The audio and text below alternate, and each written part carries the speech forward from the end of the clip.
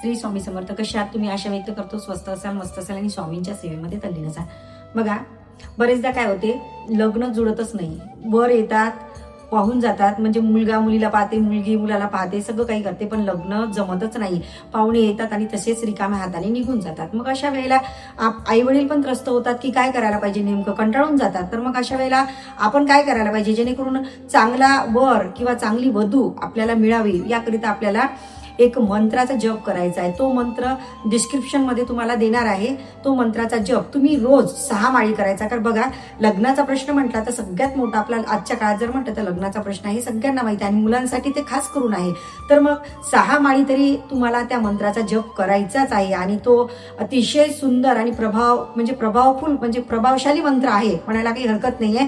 तुम्हाला गणपतीची उपासना त्या दिवशी करायची आणि गणपतीचाच तो मंत्र आहे. त्या दिवशी गणपतीला मांडायचा आहे, गणपतीला दुर्वा व्हायचा आहे, लाल फुलाची जुडी व्हायची आहे. ज्या दिवसापासून तुम्ही तो मंत्र म्हणता, रोज वाहलं नाही तरी चालेल आणि त्या दिवशीपासून तुम्ही त्या गणपतीच्या मंत्राला सुरुवात करायची. 6 माळी तुम्हाला करायचंच आहे. जोपर्यंत तुमचं लग्न जुळत नाही तोपर्यंत तुम्हाला 100% हा उपाय तुम्हाला खूप मदत करणार लग्नामध्ये आणि छान म्हणजे तुम्हाला चांगल्या वराची किंवा वधूची प्राप्ती होणार. आणि हा उपाय करायला कोणीही विसरू नका.